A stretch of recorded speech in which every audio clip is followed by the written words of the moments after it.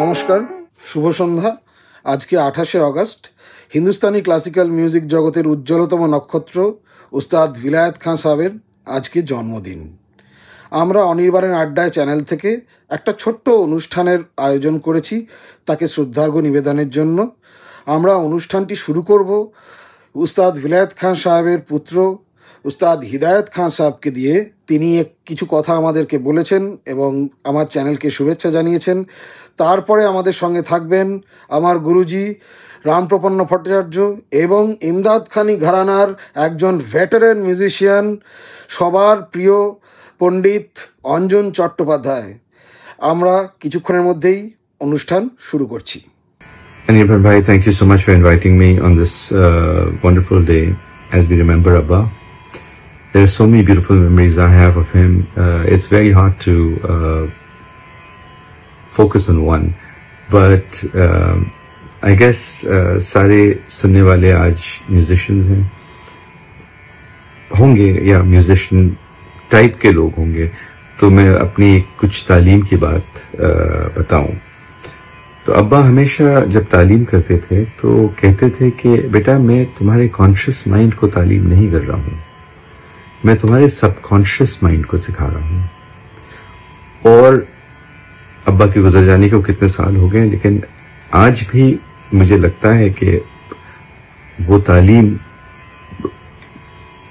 Subconscious से conscious में आ रही है। जैसे जैसे मेरा तजुर्बा बढ़ रहा है तो मुझे समझ में आ रही है। और एक और कमाल बात है कि उनका जो पिछले एटलीस्ट 10-15 years का जो म्यूजिक भी हो गया था, I feel that it was not communicating necessarily to your conscious mind but the subconscious mind, and the way the story, the beautiful sayings that he was unfolding through the notes were impacting our souls, not just us consciously. But again, thank you so much for having me and giving me the opportunity to share some of my cherished memories with Abba. Thanks, Bhai. আজকে 28শে August Hindustani classical মিউজিকের জগতে এটা এমন একটা দিন যেটা সবার কাছে স্মরণীয়, কারণ এই দিনটিতেই জন্মগ্রহণ করেছিলেন মানে আমাদের হিন্দুস্তানি ক্লাসিক্যালের সব থেকে বড় নক্ষত্র, অ্যাটলিস্ট আমি মনে করি, উস্তাদ ভিলায়েত খান সাহেব। তো আজকে তার জন্মদিনে আমরা তাকে শ্রদ্ধার্ঘ্য নিবেদন করছি এই চ্যানেলের তরফ থেকে। এবং আমার সঙ্গে দুজন এমন মিউজিশিয়ান এবং এমন পণ্ডিত লোক রয়েছেন, যে মানুষ রয়েছেন যে তাদের আর নতুন করে ইন্ট্রোডাকশন দেওয়ার কোনো মানে হয় না, কিন্তু তবু আমি পরিচয় করে দিচ্ছি। আমার সঙ্গে রয়েছেন ইমদাদ খানি ঘরানার ভেটারেন সেতার বাদক পণ্ডিত অঞ্জন চট্টোপাধ্যায়। পণ্ডিতজি, আপনাকে আমার প্রণাম। এবং তার সঙ্গে রয়েছেন আমার গুরুজি রামপ্রপন্ন ভট্টাচার্য। রাম স্যার, আপনাকে অনেক অনেক ধন্যবাদ এই প্রোগ্রামটাকে পুরো ইয়ে করার জন্য আর কি। এবার আমরা শুরু করি তাহলে আমাদের আলোচনা। তো অনির্বাণদা, অনেক ধন্যবাদ আপনাকে আজকে এই শুভ এক উদ্যোগ নেওয়ার জন্য। আপনাকে সাধুবাদ। কারণ আমরা সবাই যারা যারা সেতার ভালোবাসি, শাস্ত্রীয় সঙ্গীত ভালোবাসি, তারা কোনো না কোনোভাবে প্রতিদিন কোনো না কোনোভাবে ওনাকে, ওস্তাদজিকে স্মরণ করি। ওনাকে আমি আব্বা বলতাম, পরের দিকে ওনার আমি আশীর্বাদও পেয়েছিলাম। তো আজকে আমরা সত্যি খুব কৃতজ্ঞ পণ্ডিত অঞ্জন চট্টোপাধ্যায়ের কাছে, যিনি আমার শ্রদ্ধেয় দাদা অঞ্জন দা। তো তিনি আজকে আমাদের রাজি হয়েছেন আজকে আমাদের আলোচনায় যোগ দিতে এবং আমাদের সমৃদ্ধ করতে। কারণ ওনার, আপনি বললেন যে দুজন গুণী মানুষ, কিন্তু আমি ওনার থেকে অনেক অনেক সব দিক থেকে জুনিয়র, সব দিক থেকে ছোট। উনি আমার গুরু সমান। এবং ওনার অনেক এক্সপিরিয়েন্স রয়েছে, এবং উনি অনেক বই লিখেছেন, ওনার অনেক আর্টিকেলস রয়েছে, অনেক ছাত্রছাত্রীদের শেখাচ্ছেন, অনেক জায়গায় পারফর্ম করেছেন। এবং ওস্তাদজির সাথে, ওস্তাদজির অনেক সিনিয়র যারা স্টুডেন্টস ছিলেন, যারা শিষ্য শিষ্যা, তাদের সাথে উনি অনেক আলোচনা করেছেন, শিখেছেন তাদের কাছ থেকে। তো ওনার কথা থেকে আজকে আমরা সবাই সমৃদ্ধ হব। অঞ্জনদা, আমার আর অনির্বাণদার তরফ থেকে আপনাকে প্রণাম এবং অনেক ধন্যবাদ। নমস্কার।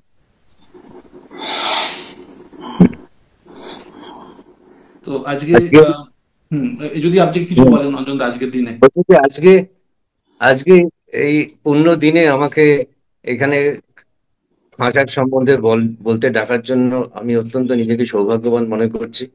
এবং আহ খাঁ সাহেব সম্বন্ধে কিছু বলা মানে কি, যে আমাদের প্রত্যেকেরই ভাষার কিছু সীমাবদ্ধতা আছে, কিন্তু উনি এমনই একজন সত্তা, উনি ভাষা দিয়ে ওকে পুরোপুরি ধরা যায় এবং ধরা যাবেও না কোনোদিন। তো আমাদের অল্প স্বল্প যে ভাষা, সেই ভাষা দিয়েই আজকে কিছুটা আমরা শ্রদ্ধা জানাবো খাঁ সাহেবের প্রতি। তো আজকের এই দিনে যদি, কারণ আপনি তো অনেক দিন ওনার সান্নিধ্য পেয়েছেন, ওনার সাথে আলাপ আলোচনা করারও আপনি করেছেন।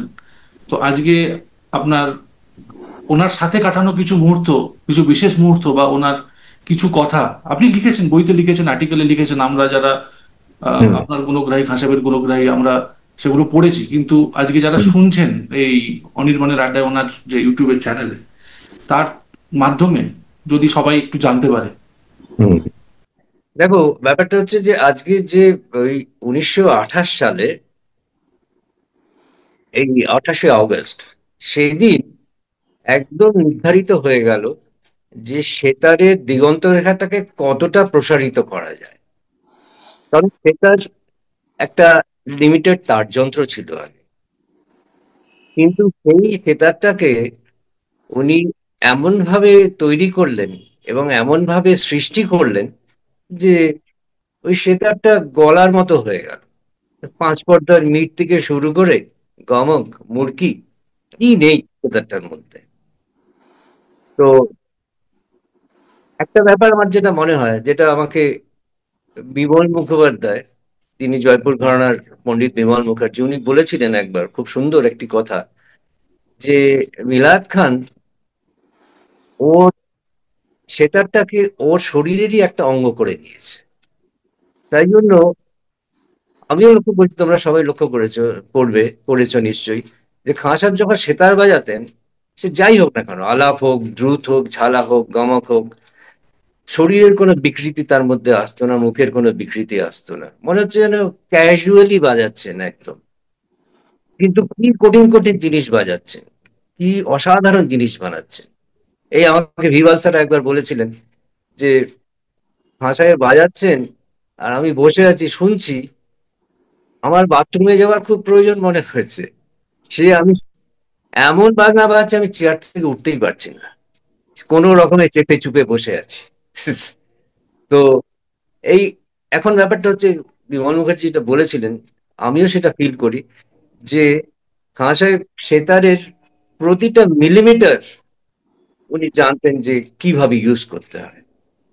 প্রত্যেকটা মেজরাপের যে ডা বা রা, কোন জায়গা থেকে বাজালে, মেজরাপের কোন জায়গা থেকে, তারের কোন জায়গা থেকে, এই যে কোন জায়গা থেকে বাজালে কিরকম, বাঁ হাতের টিপটা কিরকম হলে কোন আওয়াজ বেরোবে, কিভাবে আওয়াজ বেরোবে, এবং সেটা ইমোশনালি এবং মিউজিক্যালি মানুষকে কতটা হন্ট করবে, এই ব্যাপারে ওনার একটা ক্লিয়ার কনসেপ্ট ছিল। এবং এই কনসেপ্ট তো একদিনে আসে না, বহুদিন রিসার্চ করে করে করে করে সেতারটাকে উনি একদম, মানে প্রতিটা মিলিমিটারকে উনি বুঝতে পেরে গেছিলেন। এবং উনি যখনই আমার সাথে খুব বেশি একটা দেখা সাক্ষাৎ হয়নি, হয়তো 4-5 বার দেখা হয়েছিল, কিন্তু বেশ অনেকক্ষণ ধরে আমি খাঁ সাহেবের সামনে বসেছিলাম। উনি একটা কথাই বলতেন, যে দেখো, সবাইকেই বলতেন যে সেতার আগে, তারপর তুমি। সেটাকে ফার্স্ট প্রেফারেন্স দিতে হবে। সে তোমার জীবনে হোক, কি তোমার স্টেজে বসে হোক, কি যেখানেই হোক, সেটাকে ফার্স্ট প্রেফারেন্স তোমাকে দিতে হবে। সে তার যা বলবে সেই অনুযায়ী তোমাকে কাজ করতে হবে। তুমি যেমন বলবে সে তার সেই অনুযায়ী কাজ করবে না। সে তার এই যে আত্মাটাকে, সেটা তোমাকে ভালো করে বুঝতে হবে। এবং এই বুঝতে গেলে উনি আমাকে বলে, আমি একবার ওখানে প্রশ্ন করেছিলাম যে এই যে অন্যান্য অনেক শিল্পীরা আছেন যারা হয়তো আপনার চেয়ে অনেক বেশি, আমি সেটা এরকম ভাবে আর কি বলিনি, একটু আমি প্রথমে অপরাধ স্বীকার করে নিয়েছিলাম এই কোশ্চেনটা করার জন্য, যে আপনি কিছু মনে করবেন না, গুস্তাখি মাফ করে।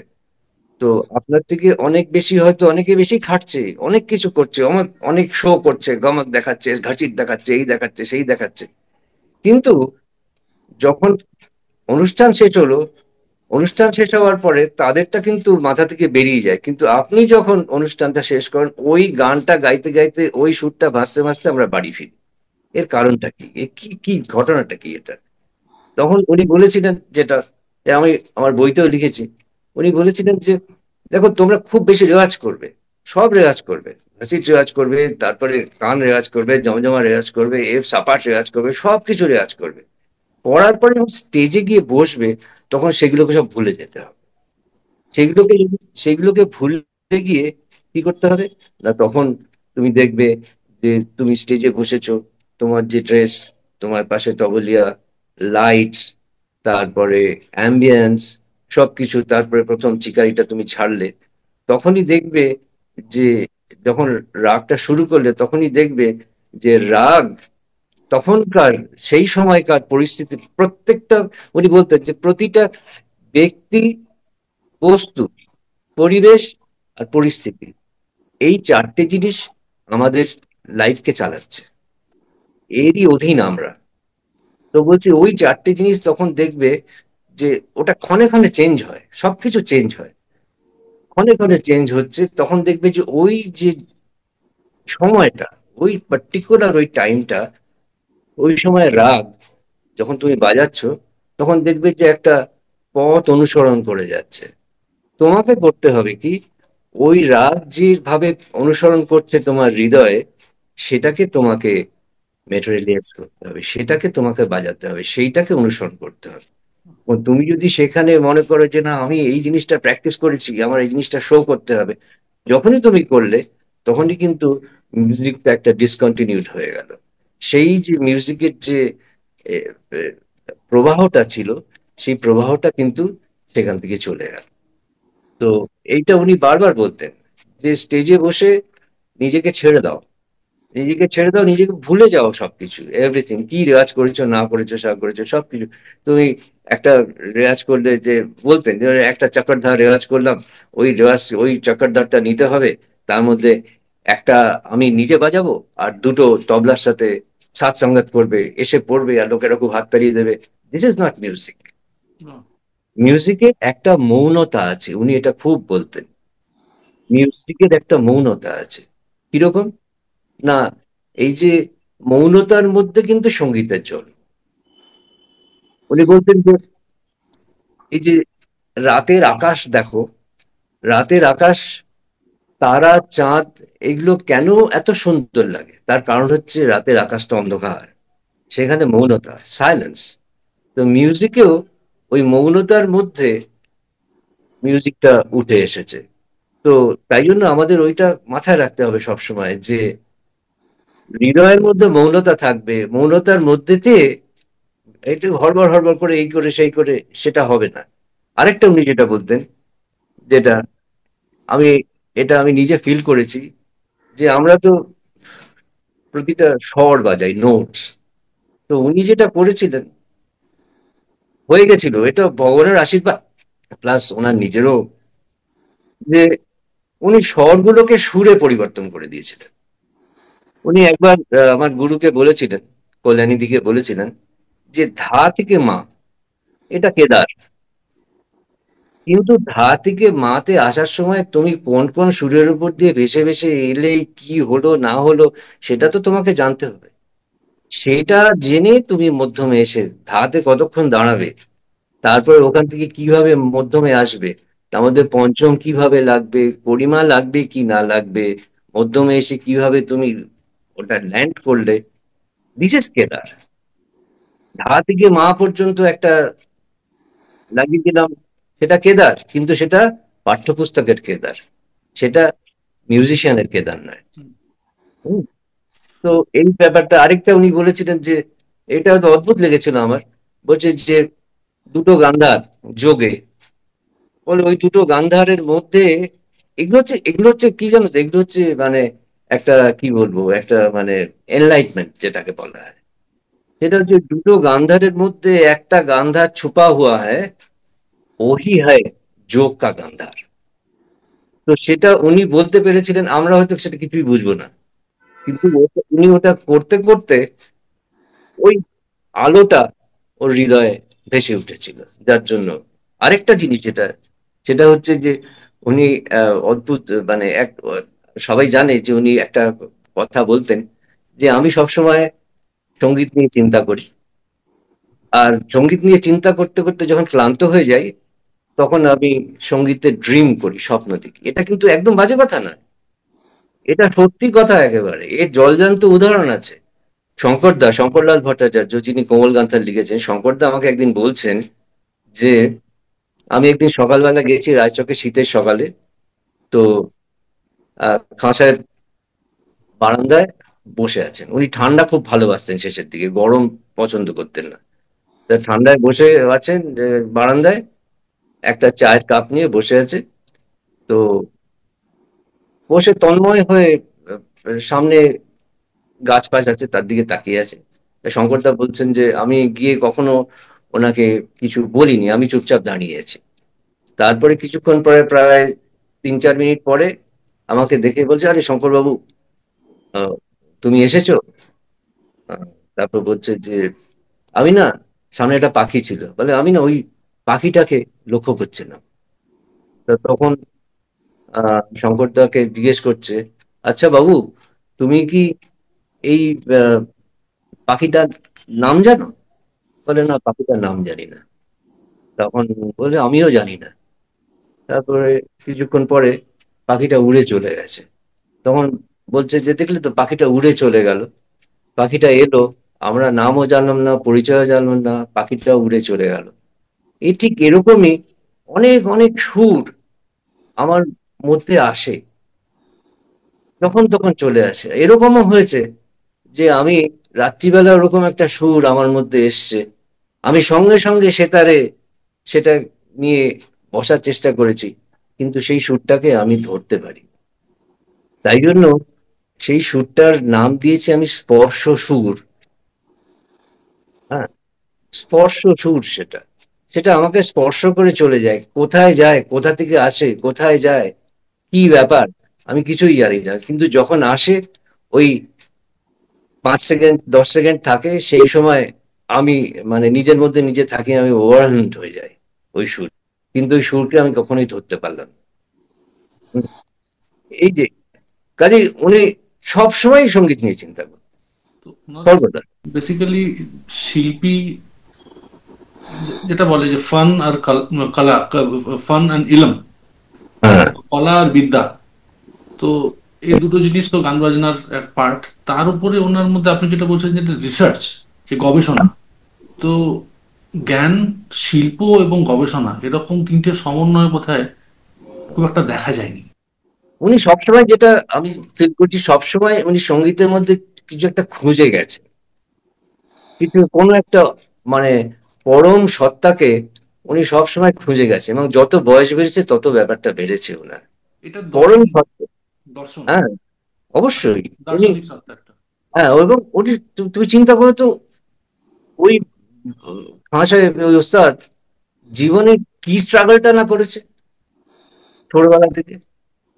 এইখান থেকে বা- 10 বছর বয়সে বাবা মারা গেল, তারপরে ওরকম অবস্থা, কেউ শেখাতে চাইছে না।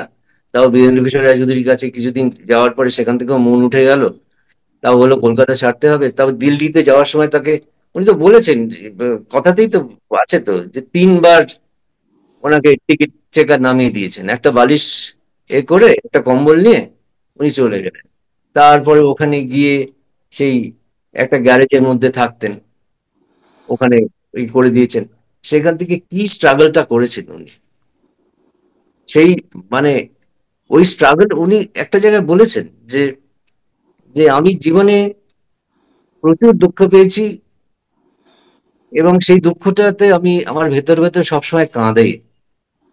আর সেই কান্নাকে তো কথা দিয়ে শেয়ার করা যায় না। সেই কান্না সুরের মাধ্যমে আমার সেতারের মধ্যে দিয়ে বেরোয়। সেই জন্য তোমরা আমাকে বলো যে তোমার বাজনা আমাকে কাঁদায়, কিন্তু আমি তো নিজেই কাঁদি। হ্যাঁ, এই যে একটা মরমী সত্তা ওর, এই জিনিসটা মানে ওর বাজনাকে একটা অন্যরকম জায়গায় নিয়ে গেছে। সেটাই একটা অতিমানবিক একটা মানে সত্তা। আর তো রেওয়াজের ব্যাপার আর কি বলবো বলো, তুমি তো জানোই সবকিছু, কি ধরনের রেওয়াজ উনি করেছিলেন। মহারাজদা বলতেন যে সতী সদনে যখন উনি থাকতেন, তখন বলতেন, মন্টু মন্টু বাবুকে বলতেন যে মন্টুদা, সারা দিন আমি অনেক অপমান, অসম্মান, লাঞ্ছনা সহ্য করি, কিন্তু যখন আমি ঘরে এসে দরজাটা বন্ধ করি, সেতারটার দিকে তাকাই, তখন আমার মনে হয় এটা আমার পৃথিবী, এখানে আমি রাজা। আমার যাবতীয় অপমান, লাঞ্ছনা সবকিছু আমার চলে যায় তখন। তখন আমি একটা পরমানন্দে আমি মানে ওই সময়গুলো উপভোগ করি। তখন আমার মনে হয় এটাই তো আমার, এখানে আমার কোনো প্রতিযোগী নেই, এখানে আমার কেউ নেই, এখানে শুধু সেতার আছে, আমি আছি, আর অফুরন্ত একটা সঙ্গীত আছে, ভালোবাসা আছে, প্যাশন আছে। সেই জন্য এই প্যাশনটার জন্যই তো উনি ওরকম রেওয়াজটা করতে পেরেছিলেন। সঙ্গীতকে ভালো না বাসলে সেতারটা আমি তো শুনেছি আশিস দা বলছে, আশিস চ্যাটার্জি, উনি শেষ মৃত্যু শয্যায়ও তো উনি সেতার তো উনি তো বোম্বেতে ছিলেন, আর সেতার এখানে জয়ন্ত চ্যাটার্জির বাড়িতে ছিল, শুনেছি আমি যা। উনি খোঁজ করতেন যে আমার সেতার কোথায়, শেষ সময়ও। হ্যাঁ, জসলক হসপিটাল। এবং উনি একটা জায়গায় বলেছিলেন যে I am different as a sitar player due to my emotions. উনি কিন্তু একটা জিনিস, তুমি তো করেছো, উনি কিন্তু ইমোশনাল ছিলেন, এবং খুব বেশি মানে পলিটিক্স বা কানিংনেস এই ব্যাপারটা কিন্তু ওর মধ্যে ছিল না। এটা কিন্তু একেবারেই ছিল না ওর মধ্যে। হয়তো অনেক ধরনের অনেক কথা হয়, কিন্তু এই কানিংনেস বিলাত খানের মধ্যে কোনোদিনও ছিল না। অত্যন্ত সহজ সরল লোক ছিলেন, মুডি ছিলেন, এইটা করবো না, ওইটা করবো না, সেইটা করবো না, এটা ছিলেন। কিন্তু তার কারণ হচ্ছে যে ছোটবেলায় তো অসম্ভব অপমান অসম্মান করেছেন। স্যার এবার আপনি কিছু বলুন, আপনার কি এক্সপিরিয়েন্স? আপনিও খান সাহেবের আশীর্বাদ পেয়েছিলেন এবং ওনার সঙ্গে আপনার দেখাও হয়েছিল, যদি কোনো পার্সোনাল কিছু স্মৃতি শেয়ার করতে চান স্যার। আমার ঘটনাটা ইন্টারেস্টিং খুব। তো আমাকে বাবা যখন সেতার শুরু করান, কারণ উনি সেতার অনেক বড় বড় ওস্তাদের কাছে শিখেছেন, ছোটবেলায় যখন শুরু করান, আমি একটি দুর্গাপুজো প্যান্ডেলে, খুবই ছোট তখন, 6-7 বছর বয়স, আমি সে একটা সেতার সরোদ যুগলবন্দির রেকর্ডিং তখন চলতো, তখন এরকম চটুল গানের এরকম রেকর্ডিং চলতো না। দুর্গাপুজো আমাদের ছোটবেলায় শাস্ত্রীয় সঙ্গীত, গান, বাজনা, পার্টিকুলারলি বাজনা চলতো। তো সেখানে সেতার সরোদের যুগলবন্দিতে আমার সরোদের আওয়াজটা বেশি ভালো লাগছিল। তা আমি বললাম যে আমাকে সেতার শিখবো না, আমি সরোদ শিখবো। সেতার তুমি আমাকে সরোদ কিনে দাও। তখন বলছে ঠিক আছে, আমি দেখছি বলে আমাকে খান সাহেবের ইমনের ক্যাসেটটা বাবা কিনে দেয়,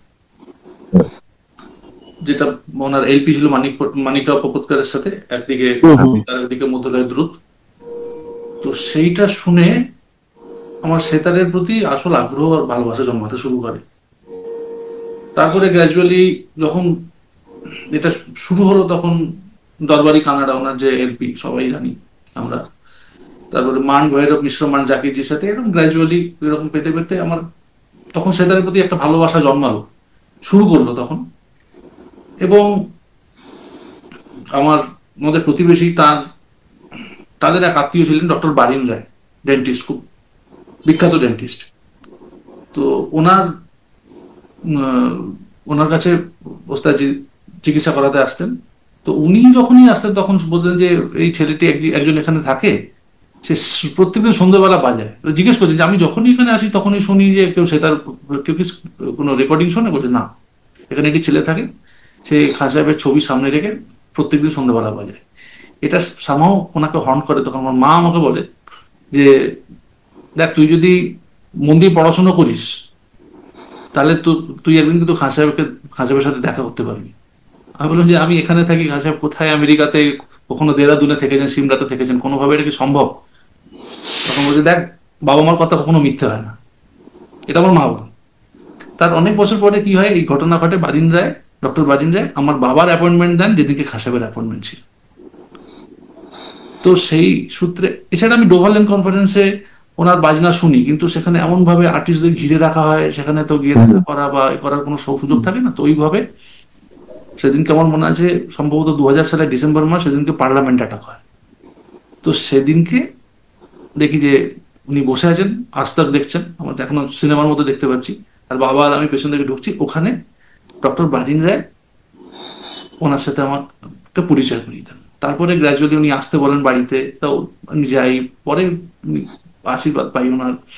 উনি প্রত্যেক ঈদে যেতাম যখন উনি কলকাতায় থাকতেন। উনি 6-8 মাস আমেরিকাতে থাকতেন, আর 2-3 মাস 3-4 মাস ওই শীতের সময়টাতে কলকাতাতে থাকতেন। তো যখন উনি হেস্টিংসে থাকতেন, রায়চকে আমি যাইনি, হেস্টিংসে যখন উনি থাকতেন তখন ওনার বাড়িতে উনি আসতে বলতেন, গেছি। তো সেই হিসাবে দু তিনটে কথা যেটা আমার মনে মনে পড়ে যে উনি বলেন, আমি খুব হন্ট করে আমাকে। তো প্রথম ঢুকেছি ওনার বাড়িতে, তো উনি সোফাতে বসেছেন, আমি মাটিতে বসেছি, মাটিতে বসতে যাচ্ছি, মার সাথে কিছু মানিয়ে গেছে। তো আমাকে বললেন না, তুমি সোফায় বসো, ওনার পাশের সোফাতে। আমি তো ভাবছি এরকম একজন, উনি সোফাতে বসে আছেন, আমি কি করে সোফাতে বসবো? তখন বুঝতে পারলেন সত্যিকারের যারা বড় হন তাদের মনটাও অনেক উদার হয়, অনেক বড় হয়। হুম। তো সেটা সেদিনকে বুঝলাম। আর আমি যখন প্রণাম করতে গেছি, আমি মাটিতে মাথা থেকে প্রণাম করতে গেছি, উনি বললেন যে দেখো, আজকে থেকে তোমাকে আমি, এটা আমার তোমাকে দেওয়ার প্রথম শিক্ষা। সেটা হচ্ছে যে তুমি যে সত্যিকারের ভগবান যিনি, তাকে তুমি সবসময় মাথা পায়ে মাথা ঠেকি বা মাটিতে মাথা ঠেকে প্রণাম করবে, কারণ আমাদের মাথায় ভগবান থাকে। আমি জানি যে তুমি আমাকে গান বাজনাতে ভগবান মানো, কিন্তু তবুও আমি বলবো যে তুমি, ইনক্লুডিং মি, কারোর কেউ সামনে থাকলে, কোনো মানুষ থাকলে মাটিতে মাথা ঠেকিয়ে বা পায়ে মাথা কখনো ঠেকাবে। এটাও, এটা আমার মনে আছে। কি অপূর্ব, মানে ভাবা যায় না এই এই হিউমিলিটি এবং এই এই এই যে দর্শন ওনার, এটা সত্যি, এটা মানে খুব খুব কম লোকের মধ্যে দেখা যায় আমার মনে হয়, আর ওই উচ্চতার মানুষ হলে। ওই উচ্চতার মানুষ। আর একটা জিনিস উনি আমাকে বলেন, সেটা বলেন যে দেখো, এখন দেখো বাবু, এখন তোমার বাচ্চা যে, দেখো বাবু, এখন জওয়ানির জোশে এখন তুমি অনেক কিছু বাজাতে পারবে, অনেক শরীরের জোর আছে, কিন্তু এটা দেখবে যেন বাজনা, গান বাজনা যেন কখনো তোমার স্ট্যাটিক না হয়, একই রকম একই বাজনা প্রত্যেক 10 বছর অন্তর অন্তর দেখবে যেন গান বাজনা, তোমাকে দেখতে হবে যাতে এটা ইভলভ করে, যাতে চেঞ্জ হয় টাইমের সাথে সাথে। সেটা যদি চেঞ্জ না হয়, তখন উনি একটা সুন্দর উদাহরণ দিয়েছিলেন যে একটা যখন ডোবা থাকে তখন সেটা সবসময় আবদ্ধ জল থাকে, সেখানে নানান রকমের, মানে ওটা ফ্লো না থাকলে সবসময় সেটা অস্বাস্থ্যকর হয়, সেখানে কেউ জল খায় না, সেই জল ইউজ করা যায় না।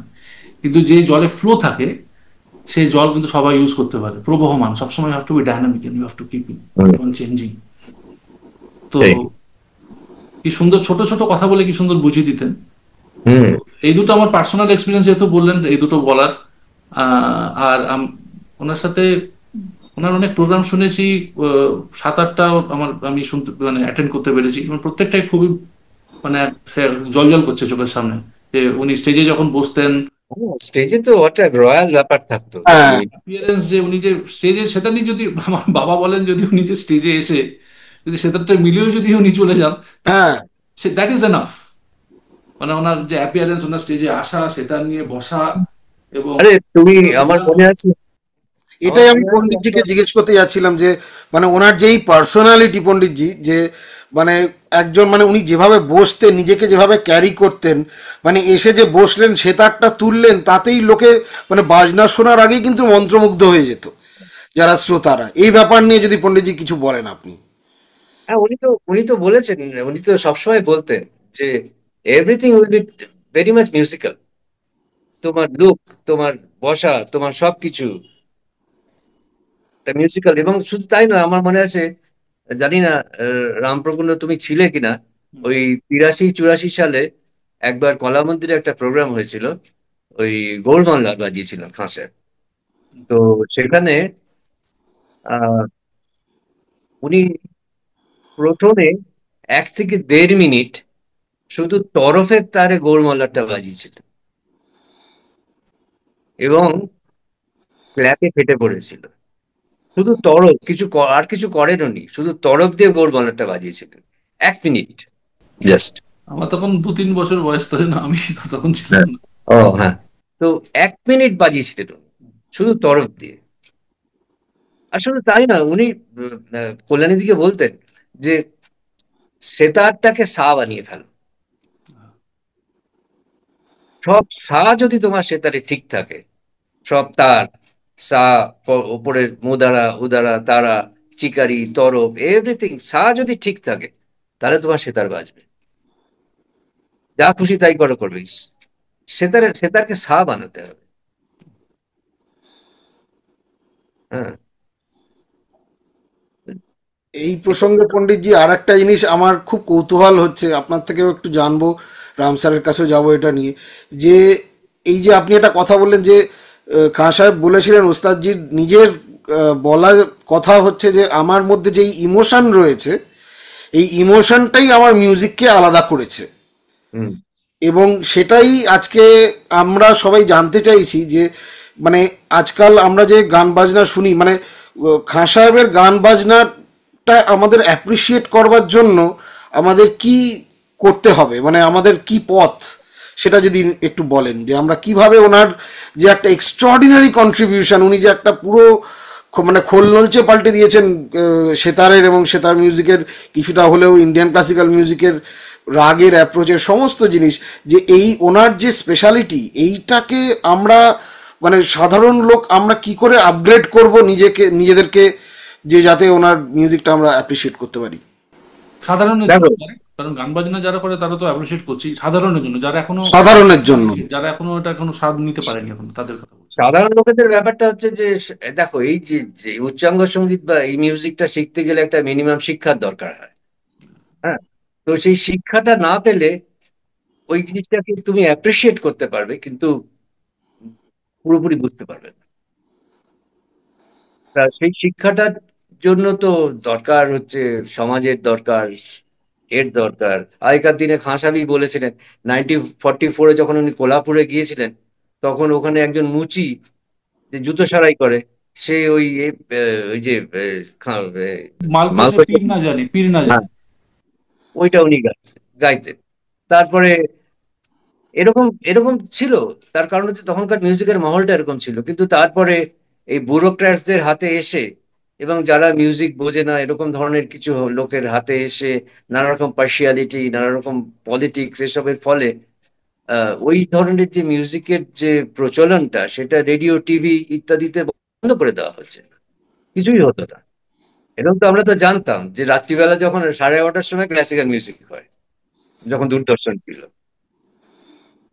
হ্যাঁ, তো এই জিনিসগুলো তো আহ, এখন ব্যাপারটা হচ্ছে, যদি কেউ ক্লাসিক্যাল মিউজিককে যদি বুঝতে চায়, তাহলে তাকে ব্যক্তিগতভাবে, ব্যক্তিগত উদ্যোগে সেটা করতে হবে। আদারওয়াইজ ওটা কোনো সম্ভব না। কি রামপ্রপন্ন, তুমি কি বলো? না, একদমই আপনি আহ, একদমই সেটাই। আহ, আরো এর উপর আর একটা জিনিস, যেটা আজকে যত কারণ সময় আমি আমি এগোচ্ছে। একটা একটা ইন্টারেক্ট করছি। আমাকে একজন রিসেন্টলি না, বছর দুয়েক আগে, আমার ইয়াং ছেলে, আমাদের চেনাশোনা, তো সে আমাকে বলছে যে স্যার, আপনি এখনো সেই রাগ নিয়ে বসে আছেন, কোন রাগে মধ্যম লাগবে আর কোন রাগে কড়ি মধ্যম লাগবে, এই নিয়ে বসে আছেন। পৃথিবী কত এগিয়ে গেছে, আপনি ওগুলোকে দেখুন, সেই পুরনো সেই রাগ নিয়ে এখনো বসে আছেন। এটা কিন্তু অনেকেরই বক্তব্য। হ্যাঁ, হ্যাঁ, সেই মানে আমরা কি আদিম যুগের মানুষ, সেরকম আর কি ব্যাপার। হ্যাঁ, তো আমাদের যে সোশিও ইকোনমিক্যাল কন্ডিশন যেটা আপনি বললেন, আজকের যুগে আপনি যদি একাডেমিক দেখেন, পড়া পড়াশুনো যদি দেখেন, পড়াশুনোর মানে যারা চাপ প্রচন্ড। পড়াশুনো করছে, পড়াশুনোর চাপ, বা চাকরি বাকরি করে যারা যারা জীবন ধারণ করছে তাদের কাজের চাপ, হুম। যদি সেই। আপনি একাডেমিক্স আর যদি এরকম কোনো কেরিয়ার নিয়ে যদি যদি রোজগার করা যায়, তাহলে আর কোনো কিছু করার কিন্তু অবসর নেই, সময় নেই। হুম। তাতে সেই তো। 16 থেকে 18 ঘন্টাতে যদি কেউ কাজ করে, তারপরে গান বাজনা শোনার মানসিকতা কোথায়? তার জন্য না তো সেই- গভর্নমেন্টের কোনো উদ্যোগ আছে যে হ্যাঁ, কোনোভাবে কিছু করা যায়, সেই তো। কর্পোরেট তাদেরও কোনো দায়বদ্ধতা নেই, সামাজিক আর সাংগীতিক বা সাংস্কৃতিক কোনো দায়বদ্ধতা নেই। তারা শুধু মুনাফা লোভী, হ্যাঁ, তাদের আর শুধু এখন profit দরকার। তো পুরো আর হুম, আর এখন তো সবাই আর্টিস্ট হয়ে গেছে, ফেসবুক খুললেই দেখা যাচ্ছে প্রতিদিন গান গেয়ে যাচ্ছে। তাহলে শোনার হ্যাঁ। লোক কম, গান বাজনা করার লোক বেশি হয়ে গেছে। সেটাই শেখার লোক সেটাই। আর শোনার লোক, শ্রোতা কম, আর হ্যাঁ, আর্টিস্ট বেশি, আর ডিমান্ড সাপ্লাই এখন। সবাই পণ্ডিত, হ্যাঁ, সবাই ওস্তাদ, যেটা উনিও বলতেন যে হ্যাঁ। সেই সেটাই হচ্ছে ব্যাপার, যে এখন ওই জায়গাটাকে অ্যাপ্রিসিয়েট করার মতো যে মানসিকতা এবং যে প্রস্তুতির দরকার, যে বোধের দরকার, যে আন্ডারস্ট্যান্ডিং এর দরকার, সেটা এখন নতুন ছেলেদের মধ্যে পাওয়া খুব মুশকিল। যেটা উনি খুব ছোটভাবে ছোট করে যেটা বলতেন, আমি যেটা বললাম না, এক দুটো লাইনে উনি খুব সুন্দর প্রত্যেকটা প্রশ্নের উত্তর দিয়ে দিতেন। উনি বলতেন যে জব শুনো তব শাগরিদ বানো, আর জব বাজাও, গানা বাজানা করো তো উস্তাদ বানো। তো ওনাকে অ্যাপ্রিসিয়েট করার জন্য, বা যে কোনো গান বাজনা, যে কারোর গান বাজনা অ্যাপ্রিসিয়েট করার জন্য, শিক্ষার্থীর মন নিয়ে যদি শোনা যায়, কি হচ্ছে যদি বোঝার চেষ্টা করা যায়, এবং সেটা যদি অনুভব, যা উনি বলতে যে ইমোশনাল, সেটা তো ইমোশন সবাইকে টাচ করে। হুম। সেই তো। ইমোশন ইউনিভার্সালি সবাইকে টাচ করে, আর এটা যন্ত্রসঙ্গীত, এখানে কিন্তু কোনো লিরিক্স নেই। হুম। তো এর জন্য অনুভবী মন, হ্যাঁ, শিক্ষার্থীর মানসিকতা, আর সাংস্কৃতিক মনস্কতা, এই তিনটে জিনিস যদি থাকে, তাহলে ওস্তাদজি কেন যে কারোর গান বাজনা অ্যাপ্রিসিয়েট হ্যাঁ। করে। সেটাই, তার জন্য পেট্রোনেজ দরকার বা সবকিছু পরিস্থিতি পরিবেশ দরকার, সেগুলো তো নেই এখন। খুবই খুবই মানে নিরাশাব্যঞ্জক যেটা এখনকার দিনে। তবু বিশেষ আমি করে হুম, তবু আমি যেটা বিশেষ করে বলবো, হ্যাঁ, বলুন স্যার, বলুন। বিশেষ করে ক্লাসিক্যাল মিউজিকের জন্য তবুও অনেকে আছে যারা করছে। আমার অনেক ছাত্রছাত্রী আছে যারা প্রত্যেকে উচ্চ পদে আসীন, কিন্তু তারা একটা ভালো জিনিস নিয়েছে। তারা বলছে যে আমাদের ওস্তাদ হওয়ার কোনো দরকার নেই, আমরা মিউজিকটাকে শিখতে চাই, মিউজিকটাকে নিয়ে থাকতে চাই। তার কারণ হচ্ছে আমরা বুঝেছি এই ক্লাসিক্যাল মিউজিক হচ্ছে আমাদের লাইফে অক্সিজেন। এই এত চাপের মধ্যে থেকেও যখন এসে 20 মিনিট বা আধ ঘন্টাও যখন যদি সে তার নিয়ে বসি, তখন যে স্পেসটা আমরা পাই, এমটি স্পেসটা, সেই স্পেসটা আগামী 24 ঘন্টার আমাদের কাজ করে। এবং তার সাথে ওরা শিখছে, সবকিছু করছে। তো এটা এটা এরকম ধরনেরও যদি কিছু লোক থাকে, যদি ছেলেমেয়েরা থাকে যারা মিউজিকটাকে ভালোবাসবে, মিউজিকটাকে বোঝার চেষ্টা করবে, একটা মিউজিক সম্বন্ধে একটা ইনকিউজিটিভনেস থাকবে, তাহলেও অনেক যথেষ্ট এখনকার দিনে। সত্যি কথা। এবং উনি আরেকটা কথা যেটা বলতেন, যে এখন পুরো মিডিয়া বা সবাই এখন, এখনকার সোসাইটি, সমাজ, রাজনীতি, ক্রিকেট আর বলিউড, এই তিনটে জিনিসের মধ্যে ফেসে আছে। এটা উনি 20-25 বছর আগে বলে গেছেন, এবং আজকে দেখুন, আজকে হুম। এখনো পর্যন্ত সেটা কিন্তু চেঞ্জ হয়নি। না, সব থেকে হয়নি তো। বড় জিনিস হচ্ছে একদম ক্রিকেট, ঠিক। সব থেকে বড় জিনিস হচ্ছে বলিউড, এবং সব থেকে বড় জিনিস হচ্ছে পলিটিক্স। না, কমল গান্ধারও তো বলেছে বলেছেন যে আরে, কমল গান্ধার উনি বলেছেন একটা জায়গায় যে আরে এখনকার দিনে এমনি সাধারণ লোকের কথা ছাড়ো, এইসব মিউজিশিয়ানসদের পরিবারের ছেলেমেয়েরা যা করছে, দুদিন পরে সেগুলোও সাফ হয়ে যাবে সব। উনি ডাইরেক্টলি এই কথাটা বলেছেন, কমল গান্ধার। তো এখন ব্যাপারটা হচ্ছে যে ওই ওটাই ঘটনা, যে এই যে যারা সব রাজ্যসভায়, তারপরে লোকসভায় যারা সব ক্লাসিক্যাল মিউজিশিয়ানরা যাচ্ছেন বা গেছেন, তারা তো মিউজিকের সম্বন্ধে একটা কথাও বলেননি, মিউজিককে আহ, বাড়িয়ে নেওয়ার জন্য কোনো কথাই বলেননি সেখানে, শুধু আরামটা উপভোগ করে গেছে। অথচ হাফিজ আলী খান সাহেব যখন পদ্মভূষণ নিতে গেছিলেন, তখন বলেছেন দরবারি খানারা দেশ থেকে চলে যাচ্ছে, আপনি একটা কিছু ব্যবস্থা করুন। তো এরা তো কিছু বলেনি, এদের তো অনেক কিছু বলতে পারতো। অনেকেই যারা সব পণ্ডিত ওস্তাদ, অনেকেই বিদুষী, অনেকেই তো রাজ্যসভায় নমিনেটেড হয়ে গিয়েছিলেন, কোনো কথাই তারা বলে, শুধু নিজের আখেরটা গুছিয়ে গেছে। কি করেছে আমার আমার তো কি, আমি তো কিছু পাইনি, দেখতে পাইনি আমি কিছু, যে মিউজিকের স্বার্থে তারা কি করেছেন না করেছেন। একটা তবু একটা আশাব্যঞ্জক ব্যাপার যেটা এখন, যে আমরা যাদের কাছে ইন্টারনেট কানেকশন একটা আছে, যাদের কাছে একটা মোবাইল ডিভাইস আছে অথবা একটা ল্যাপটপ আছে, আপনার আমার মতো লোকজন সব যারা চেষ্টা করছি, আমিও একটা আইসিএমসি ফোরামের থ্রু দিয়ে চেষ্টা করছি যাতে অ্যাওয়ারনেস বাড়ে। কারণ মেন স্ট্রিম মিডিয়া কোনোদিন এটাকে হেল্প করবে না। যেমন আজকে অনির্বাণ দা আজকে উদ্যোগ নিয়েছেন যে আজকে আরেকটা ব্যাপার যেটা আহ, মনে হয় যেটা করলে ভালো হয়, যেটা কাজে লাগবে, সেটা হচ্ছে আর্টিস্টরা এলো, এসে 2 লাখ 5 লাখ 10 লাখ টাকা নিয়ে প্রোগ্রাম করলো, করে তারপরে ফ্লাইটে বেরিয়ে চলে গেল। এটা না করে তারা যদি এই উচ্চাঙ্গ সঙ্গীতের, ক্লাসিক্যাল মিউজিকের মার্কেটটা তৈরি করার জন্য সেমিনার করে, সেমিনারের আয়োজন, ওই স্পিক নাকি সেমিনার ওয়ার্কশপ টাইপের আপনি বলতে চাইছেন? হ্যাঁ। সেমিনার যেখানে কোশ্চেন অ্যান্সার থাকবে। হ্যাঁ, এরকম যদি করতে থাকেন, তাহলে এটা এটা কিছুটা হলেও সঙ্গীতের যে র্যান্ডামলি যদি হতে থাকে, এটা কিছুটা হলেও সঙ্গীতের প্রেক্ষাপটটাকে পাল্টে দেবে আশা করি। এবং বড় বড় যারা আর্টিস্টরা আছে, যাদের প্রচুর টাকা রেমুনারেশন, তারা এটা করতেই পারেন, কোনো অসুবিধা নেই। এটা ঠিক আছে অনির্বাণ দা, আর বলুন আমরা কিভাবে। ঠিক আছে। আর একটা জিনিস একটু আমার জানতে ইচ্ছে করছিল, পণ্ডিতজি এবং রাম স্যার দুজনকেই বলবো যে যদি আপনারা একটু এনলাইটেন করেন এই ব্যাপারে, যে সেতারে ওস্তাদ বিলায়েত খান সাহেবের উনি যা চেঞ্জ এনে দিয়েছেন এবং উনি যে ধারাটা তৈরি করেছিলেন, সেই ধারাটা তো এখনও রিলেভেন্ট, এবং মানে হাজার হাজার সেতারিস্ট সবাই তার দ্বারা ইনফ্লুয়েন্সড, কিন্তু সেতারিস্ট নয়, সমস্ত ইনস্ট্রুমেন্টালিস্ট সমস্ত ইনস্ট্রুমেন্টালিস্ট। এবং অনেক ঘরে তো ভোকালিস্ট।